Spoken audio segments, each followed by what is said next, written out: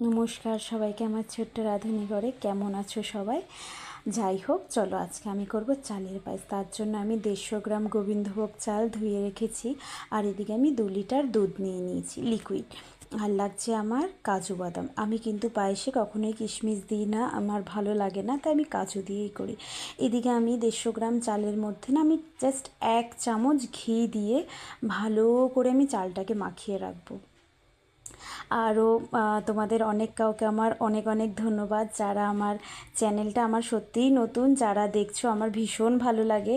আমি চাইবো আমাকে এইভাবেই ভালোবাসা দাও, তাহলে আমার না রান্না করার আরও ইচ্ছেটা বেড়ে যাবে। যদিও আমি রান্না করতে ভালোবাসি, কিন্তু কেউ যদি কিছু একটা ভালো কমপ্লিমেন্ট দেয় না, খুব ভালো লাগে।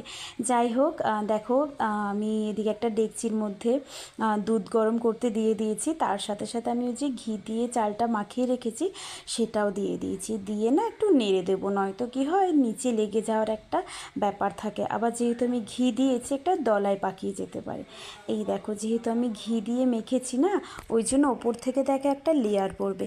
আর দেখবে কিছুক্ষণ পর না যে ডেকচির সাইডে সাইডে না ছানা টাইপ বসবে।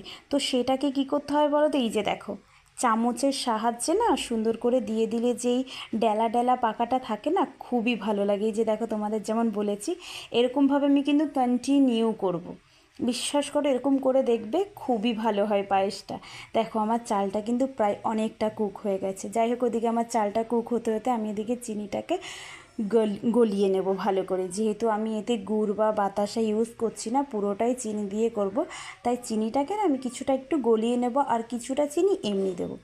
ওদিকে আমার চালটা হবে, ভালোভাবেই সেদ্ধ হয়ে যাবে চাল দুধটা। আমি এদিকে একটুখানি ওই যে গুঁড়ো দুধ নিয়ে নিয়েছিলাম, আমল দুধের প্যাকেট 10 টাকারই। এটা দিলে না আরও ভালো লাগে, একটু দানা দানা পড়বে মুখের মধ্যে, তো ভালো লাগে। এদিকে দেখো, আমার চিনিটা কিন্তু রেডি দুধের মধ্যে দেওয়ার জন্য বা পায়েসের মধ্যে দেওয়ার জন্য, যাই বলো। দেখো, এত সুন্দর লাগে না যখন তুমি দেবে জিনিসটা, খুবই সুন্দর লাগে দেখতে, খেতেও অপূর্ব হয়। কোনো অংশেই তুমি বুঝবে না যে এটা গুড়ের পায়েস নয়, সেরকমই পুরো টেস্ট হয়। দেখেছো? দেখো, এই যে আমি বললাম না আমি কিছুটা চিনিও দেব। আমার পায়েসটা কিন্তু অনেকটা হয়ে এসছে, তো আমি কি করব, এর উপরে কাজু বাদামটা দিয়ে দেবো। ও ভালো কথা, আজকে স্পেশাল দিন, আমাদের বাড়িতে একজনের বার্থডে, তার জন্য পায়েসটা করা। এই যে দেখো, আমি ডেকোরেশন করে নিয়েছি তার জন্য। আর এই যে আমার 1 গামলা পায়েস হয়েছে। কেমন লেগেছে জানিও। টাটা, ভালো লাগে একটা সাবস্ক্রাইব করে যেও আমার জন্য।